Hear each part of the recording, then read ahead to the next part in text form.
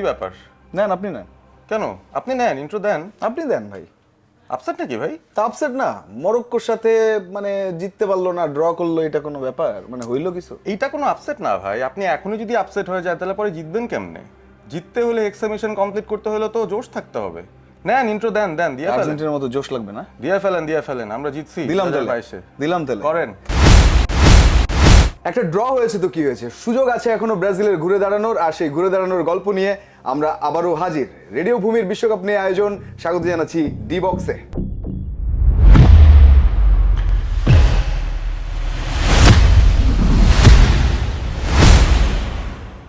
আমি রঞ্জন শান্ত আছি আপনাদের সঙ্গে, আর আমার সঙ্গে আমি আহমেদ বিন পারভেজ।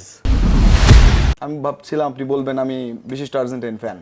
না, জার্সিটা পরেছি অন্য একটা কারণে। আমার কাছে মনে হয় যে ব্রাজিলের জার্সির পাশে আমি অন্য কিছু পরলে সেটা মানাবে না, এবং স্পেশালি ব্রাজিলের দুঃখের দিনে।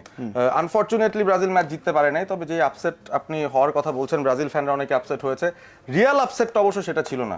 কোনটা ছিল? রিয়েল আপসেট ছিল যখন অস্ট্রেলিয়া টার্কিকে হারায় দিল। এইটা একটা বিরাট আপসেট, কেউ এটা এক্সপেক্ট করে নাই যে অস্ট্রেলিয়া হারাতে পারবে টার্কিকে।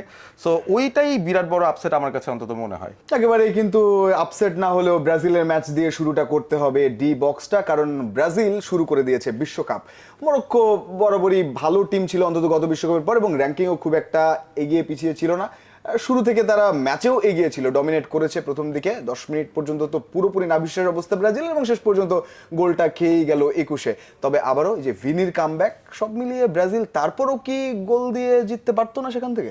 আমার মনে হয় যে ব্রাজিলের অবস্থা এমন, তারা নিজেদের দেশের একজন কোচকে না নিয়ে যখন তারা তাদের অপোজিট পার্টি ইটালির থেকে একজন কোচকে নিয়ে আসে, তখনই আসলে বোঝা যায় যে তাদের অবস্থা আসলে খানিকটা নড়বড়ে হয়তো।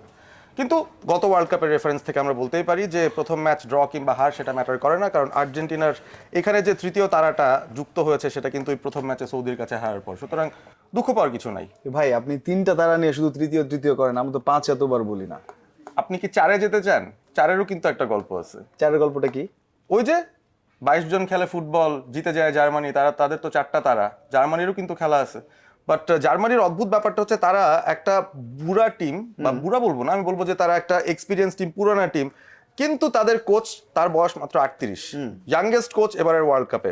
আর জার্মানি যাদের সাথে খেলবে, কুরাসাও, তাদের জনসংখ্যা আমার মনে হয় ঢাকা শহরেরও একটা এলাকার থেকে কম, কিন্তু তারা ওয়ার্ল্ড কাপে চলে আসলো, এবং তাদের যে হেড কোচ তার বয়স হচ্ছে 78। দুই কোচের মধ্যে বয়সের তফাৎ, বোঝা যায় তার মানে আপনি যখন শিশু থাকবেন কুরাসাওয়ের মতো, আপনার দরকার অভিভাবক, আর আপনি যখন জার্মানির মতো ম্যাচিওরড হবেন, আপনাকে লাইনে রাখার জন্য বা চাঞ্চল্য ধরে রাখার জন্য একজন ইয়াং কোচ দরকার। তো ইন্টারেস্টিং ফ্যাক্ট সেটাই, বাট রেজাল্ট ওয়াইজ আমার মনে হয় জার্মানি ফেভারিটই থাকবে। অনেক জ্ঞান দিচ্ছে পারভেজ, এবং জ্ঞান দিবেই, কারণ তার গায়ে আর্জেন্টিনার জার্সি, তারা বর্তমান চ্যাম্পিয়ন। কিন্তু আবারও ঘুরে ফিরে আমি ব্রাজিলের দিকে তাকে টেনে নিয়ে যাবই। ব্রাজিল কি আসলে জিততে পারতো না এই ম্যাচটা? জিততে পারতো, বেশ কয়েকটা ভালো সুযোগ ব্রাজিলের ছিল, এবং মরক্কোর থেকে বেশি সংখ্যক গোলে তাদের শট ছিল, কর্নারের সংখ্যা তাদের বেশি ছিল।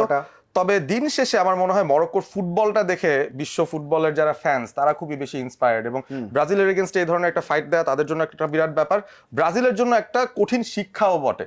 আমার মনে হয় প্রথমেই এই ধাক্কাটা খাওয়া ভালো, কারণ টুর্নামেন্ট যত সামনে আগাবে ততই আপনার ভালো পারফরমেন্স আস্তে আস্তে যেতে হবে। সো খারাপ দিনটা যেমন আজকে আপনার গেল, ওরকম একটা খারাপ দিন একেবারেই খারাপ যায়নি ভাই। আপনি ভিনির গোলটা তো দেখেছেন? না, দারুণ গোল, এবং এই সোফার যত ম্যাচ উইক হয়েছে তার মধ্যে one of the best goals Vinicius জুনিয়রের কাছ থেকে এসেছে, এবং অনেকেই বলছেন ভিনিসিয়াস জুনিয়র নাকি এবার গোল্ডেন বুট পেয়ে যেতে পারেন, হাইয়েস্ট গোল স্কোরার হয়ে যেতে পারেন। হতেই পারে। তবে ব্রাজিলের পরবর্তী ম্যাচে আপনার কি মনে হয় যে আঞ্চলিক কোনো চেঞ্জ, কিংবা এই প্রথম ম্যাচ দিয়ে কি মনে হয়েছে? কারণ অনেকেই কিন্তু বেটার পারফর্ম করতে পারেনি যে প্ল্যান ছিল তাদের। আপনি বলটা আগে রাখেন। নিলাম। এবারে বলি, আমার মনে হয় ব্রাজিলের পরবর্তী যে অপোনেন্ট স্কটল্যান্ড আর হাইতি, তাদের সঙ্গে আসলে ব্রাজিলের খুব একটা বেশি কষ্ট হওয়া উচিত না। আমরা স্কটল্যান্ড হাইতির ম্যাচের রেজাল্টও জানি, স্কটল্যান্ড খুব কষ্ট করে হাইতিকে 1-0 গোলে হারিয়েছে, যদিও 3টা পয়েন্ট তাদের। তারপরও মনে হচ্ছে ম্যাচের যে পরিস্থিতি, দুই দলের যে কোয়ালিটি, ব্রাজিল বা মরক্কোর কাছে এই দুই দলেরই কারো আসলে পাত্তা পাওয়ার কথা না। সুতরাং আলটিমেট এই গ্রুপ সি থেকে ব্রাজিল মরক্কো তারা হয়তো এগিয়ে যাবে।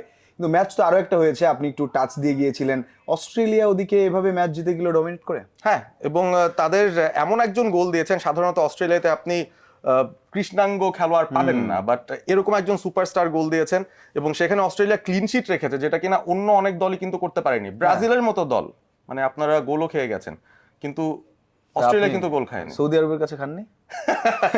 সেটা অনেক দূরের গল্প ভাই, 4 বছর আগের ঘটনা। 4 বছর দেখেন তো এবার কি এত হয়। এত আর লম্বা কয়দিন সময় আমরা না। একটু হিসাব করে দেখি, আর্জেন্টিনার ম্যাচ তো খুবই কাছাকাছি সময়, তো 17 তারিখ। তারপর দেখবো কি হয়। আচ্ছা, সেই ম্যাচ নিয়ে এখন আপাতত আমরা অত দূরে না যাই।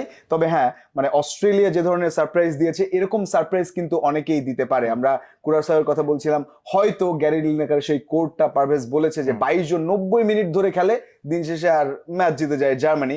তারপরও কুরাসাওয়ের জন্য মানুষের ভালোবাসা আছে, সেই 1.5 লাখ স্বল্প সংখ্যক মানুষ। আপনি বলছিলেন ফেডারেশনটা খুব বেশি দিন হয়নি রান করেছে, মাত্র 15 বছর আগে 2011-তে কুরাসাও ফেডারেশন হয়েছে, ফিফার অন্তর্ভুক্ত হয়েছে, এবং অভাবনীয়ভাবে 15 বছরের ভিতরে তারা কিন্তু বিশ্বকাপে। So anything can happen if you believe. একেবারে সেই বিশ্বাসটা নিয়ে তারা এসছে, তাদের জন্য তো শুভকামনা থাকবে। তবে এরপরে আরেকটা ম্যাচ আছে যেখানে এশিয়ার একটা দল, যারা আসলে বিশ্বকাপ না জিততে পারলেও কিংবা খুব ভালো ম্যাচে জয়লাভ করতে না পারলেও ওই যে পরিষ্কার পরিচ্ছন্নতা কিংবা ফেয়ার প্লে এইসবের অ্যাওয়ার্ড কিন্তু সবসময় পায় জাপান। এটা ও আপনি নাম বলে দিলেন, আমি ভাবলাম যে আমরা দর্শকদের বলবো, যেটা কুইজ, আপনি বলেন কোন দেশ দর্শকরা সেটা আমাদের হতে চেয়ে পারে। বেশি জানে। অফকোর্স।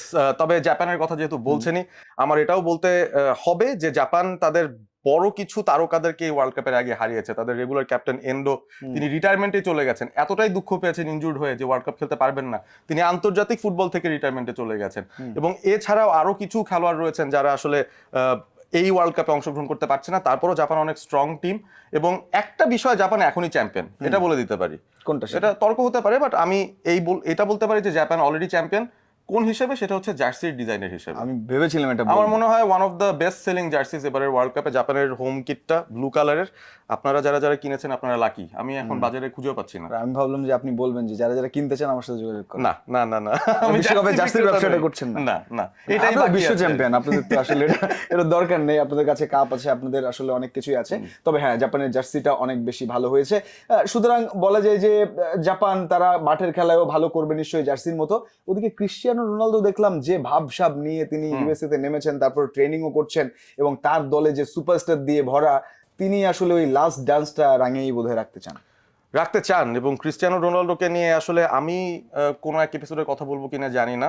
আমার যমজ ভাই আছে একজন, তিনি আসতে পারেন, এবং তিনি একজন বিশিষ্ট Portugal fan, Cristiano Ronaldo fan. So হতে পারে তার সঙ্গে আপনাদের দেখা সামনের কোনো পর্বে। বাট ক্রিস্টিয়ানোর কাছে যাওয়ার আগে আমি আসলে নেদারল্যান্ডসের কাছে যেতে চাই, যারা জাপানের প্রতিপক্ষ। কারণ জাপানকে অনেকেই ডার্ক হর্স বলছেন, আন্ডারডগ বলছেন এবারের ওয়ার্ল্ড কাপে। এশিয়ার দেশগুলোর মধ্যে তাদেরই সবচেয়ে ভালো করার সম্ভাবনা আছে। তবে নেদারল্যান্ডস 2 বারের ফাইনালিস্ট, তারপরও কোনো এক কারণে তাদেরকে নিয়ে কথাই হয় না যে তারা কোনোদিন টাইটেল জিততে পারবে। মানে এই ব্যাপারটা আমার কাছে কিন্তু একটু অদ্ভুতই লাগে। কিন্তু কেন হয় এটা? কারণ ওই যে একেবারে ফিনিশিং লাইন কিংবা বড় টুর্নামেন্টে উপরের দিকে যাওয়ার যে সক্ষমতা, ওই জায়গাটাতে বোধহয় একটু মার খেয়ে যায়। কিন্তু এবারে তো ডাচদের অনেক ফেভারিটই ধরা হচ্ছে। ফেভারিট ধরা হচ্ছে কারণ তাদের ডিফেন্স অনেক স্ট্রং। ভার্জিল ভ্যান ডাইক আছেন সেই জায়গাটায়, ভ্যান ডে ভেন আছেন যিনি লেফট ব্যাক পজিশনে খেলছেন, মিডফিল্ডে রাইন্ডার্স, গ্রেভেনবার্গ, মানে অভাব নেই। ফ্র্যাঙ্কি ডিয়ং আছেন বার্সেলোনার, ফরওয়ার্ড লাইনে মেমফিস ডিপে থেকে শুরু করে ডনিয়েল ম্যালান থেকে শুরু করে কোডি গ্যাকপো, মানে কি নেই এই দলটার মধ্যে? একটা জিনিস নাই থাকতে পারে, সেটা হচ্ছে ভালো মানুষের আশীর্বাদ। কেন? সেটা হচ্ছে 2022-এ আপনি ইমাজিন করেন কি করেছিল তারা। আর্জেন্টিনাকে তারা পেনাল্টি পর্যন্ত ড্র্যাগ করে নিয়ে গেছিল, শেষ মিনিটে যে তারা গোল দিয়ে তারা কিন্তু পেনাল্টি পর্যন্ত নিয়েছিল খেলাটা। তবে মেসির সঙ্গে খারাপ ব্যবহার করেছিলেন ওই ডাচ ফুটবলার ওট ওয়েঘহর্স্ট, এবং তারপরই আমার মনে হয় যে তাদের একটা কার্সড টিম হয়ে গেছে। তবে আপনি নেইয়ের কথা বলছিলেন, নেই বোধহয় সবচেয়ে বড় এই শব্দটা যেখানে যুক্ত হয়, নেইমার, তিনি কষ্টই পেয়েছেন খুব স্বাভাবিকভাবে। আমরা দেখেছি ম্যাচের রাতে তিনি ছিলেন, এবং তিনি দর্শকদের উদ্দেশ্যে হাত নাড়া, যখন রাফিনিয়া গোল মিস করলেন তখন মাথায় হাত দিয়ে আপসেট করা, সেগুলো তো তিনি করেছেন। এবং তিনি একটা স্ট্যাটাসও দিয়েছেন যে ঈশ্বর আমার সঙ্গে আরো একবার এরকম করার জন্য ধন্যবাদ। মানে এটাও একটা আপসেট। আপনি আপসেট হয়েন না তো ভাই, আর একটা স্মাইল দেন এবং আমরা বিদায় বলে দিই আমাদের দর্শকদের। আপাতত বিদায় বলতে হচ্ছে, কারণ দেখা হবে তো ওই সামনের স্টেজগুলোতে, তখন দেখা যাবে ব্রাজিল নাকি আর্জেন্টিনা, 5 নাকি 3, কার জোর বেশি। তবে আজ এ পর্যন্তই। রেডিও ভূমি FM 92.8-এর এই বিশ্বকাপ নিয়ে নিয়মিত আয়োজন ডি বক্স থেকে বিদায় নেব। তবে একটা তো সারপ্রাইজ আছে, যেহেতু ডি বক্স, এখানে তো ফাউল করা যাবে না। করা যাবে না? না। আমি কি অনেকগুলো ফাউল করে ফেলেছি নাকি? না, তবে ফাউল করলে আপনার ইয়েলো কার্ড, সেখান থেকে রেড কার্ড হতে পারে। আরো করা যাবে না এই কারণে, কারণ ইন্টারন্যাশনালি সবাই তো এই শো দেখবে এখন, কারণ এটা আই স্ক্রিনে যাচ্ছে। দারুণ ব্যাপার, তাহলে তো খুবই মার্জিত থাকা দরকার। তো আপনারা মার্জিত থেকে পুরো বিশ্বকাপ জুড়ে আমাদের সঙ্গে ধামাকাদার এই অনুষ্ঠানে থাকবেন। আজকের মতো রঞ্জন এবং পারভেজ বিদায় নিচ্ছি ডি বক্স থেকে। কথা হবে আবারও আগামী পর্বে। রেডিও ভূমি 92.8 FM।